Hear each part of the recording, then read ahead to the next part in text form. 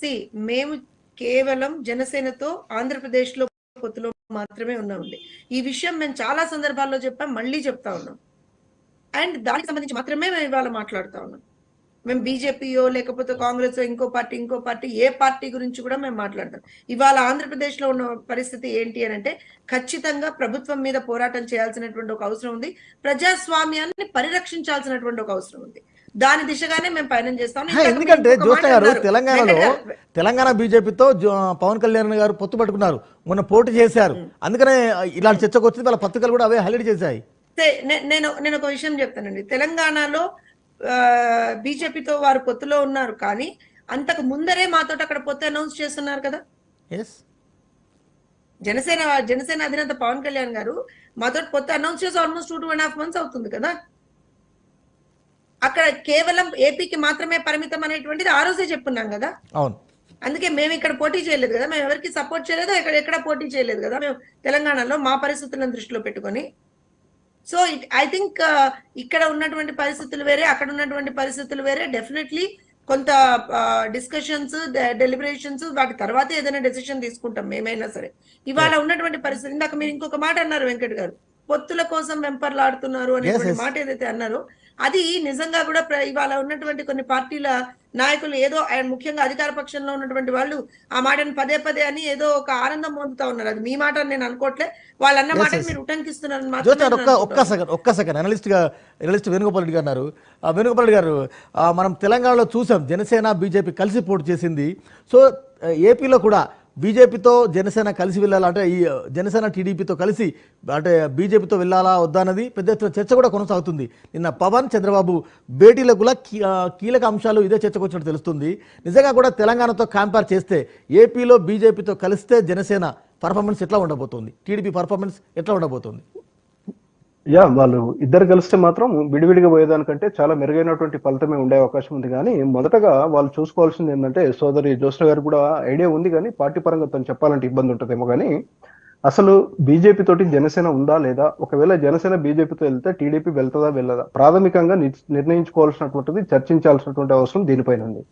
ఇది కాకుండా పొత్తు అనేది ఒక్కొక్క రాష్ట్రంలో ఒక రకంగా జనసేన వ్యవహరిస్తే, ఆ జనసేనను పెట్టుకొని వీళ్ళు ముందుకెళ్తే రేపు జరిగేటటువంటి పరిణామాలు ఇక్కడ ప్రూవెన్. తెలంగాణలో ఎంత పర్సెంటేజ్ ఓట్లు వచ్చాయి జనసేనకు, ఏం జరిగింది జగన్ చెప్పారండి, బర్రె లెక్కకు వచ్చిన ఓట్లు జనసేనకు రాలేదని.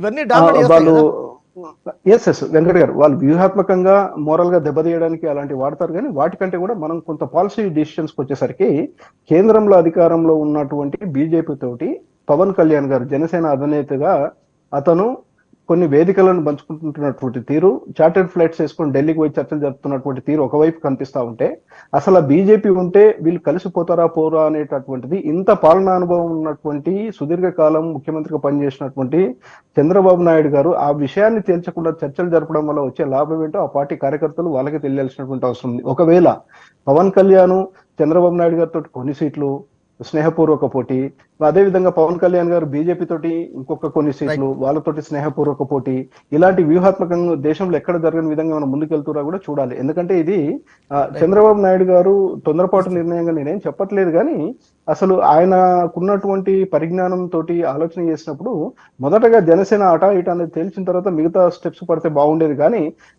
ఓవరాల్ గా చూసినప్పుడు మాత్రం పవన్ కళ్యాణ్ గారు మాతో ఉంటే బాగుంటుంది అనేటటువంటిది ఎక్కువ శాతం మాత్రం చంద్రబాబు నాయుడు గారు కోరుకుంటున్నారు. వాళ్ళతోటే కలిసి వెళ్ళాలనేటటువంటి పవన్ కళ్యాణ్ గారు కోరుకుంటున్నారు. అయితే కేంద్రం ఇప్పుడు ఎన్డీఏలో పాలకపక్ష ఎన్డీఏలో భాగస్వామ్యం అని చెప్తున్నారు. అసలు వీళ్ళకి సీట్లు ఎక్కడియండి, జనసేనకు ఉన్నటువంటి సీట్లు ఎక్కడి, ఎన్డీఏలో భాగస్వామ్యం ఎక్కడ, నాకు అర్థం కాలేదు.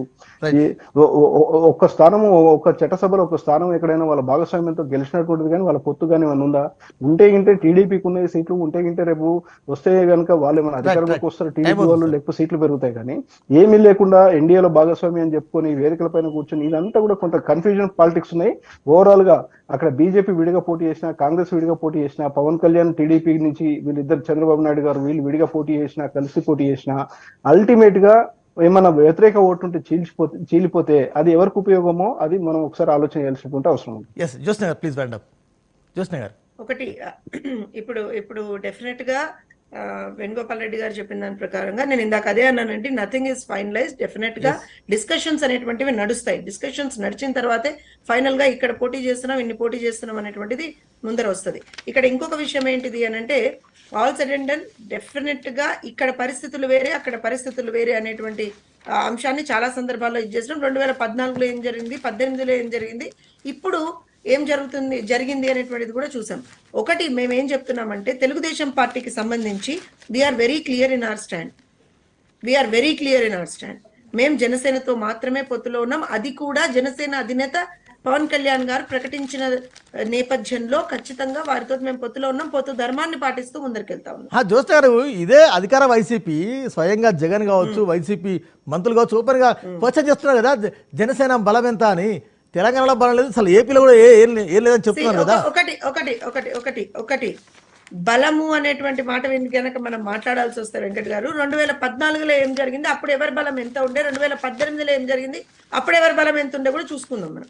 నాకు తెలిసి జనసేన లాస్ట్ టైం అయితే పోటీ కూడా చేయలేదు, లాస్ట్ 2 terms లో పోటీ చేయలేదు. ఈసారి ఇక్కడ తెలంగాణలో వాళ్ళు బీజేపీతో కలిపి పోటీ చేసిండ్రు. ఎంత శాతం ఓట్లు పెరిగినాయి అటు బీజేపీకి, ఎందుకంటే పొత్తులో ఉన్నారు వాళ్ళు. పొత్తులో ఇక్కడ పోటీ చేశారు కదా బీజేపీతో కలిసి.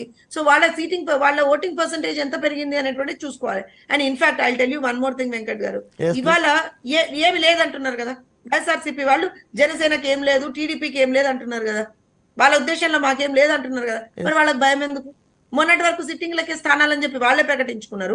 ఎక్కడ మేము క్యాండిడేట్లను చేంజ్ చేయమని వాళ్ళే ప్రకటించుకున్నారు. అన్ని మొత్తం 175 మావే అని వాళ్ళే ప్రకటించుకున్నారు. Sudden shift, sudden change in the gears ఎందుకు? Right, thank you very much. Thank you Venugopal Reddy garu, thank you Jyotsna గారు. ఇది వాటి న్యూస్ అనాలిసిస్ కార్యక్రమం. రేపు మరో అంశంతో మళ్ళీ కలుద్దాం. అంతే మీరు ఎన్ని పోతున్నారు ఈ సీట్ల సర్దుబాటు మీద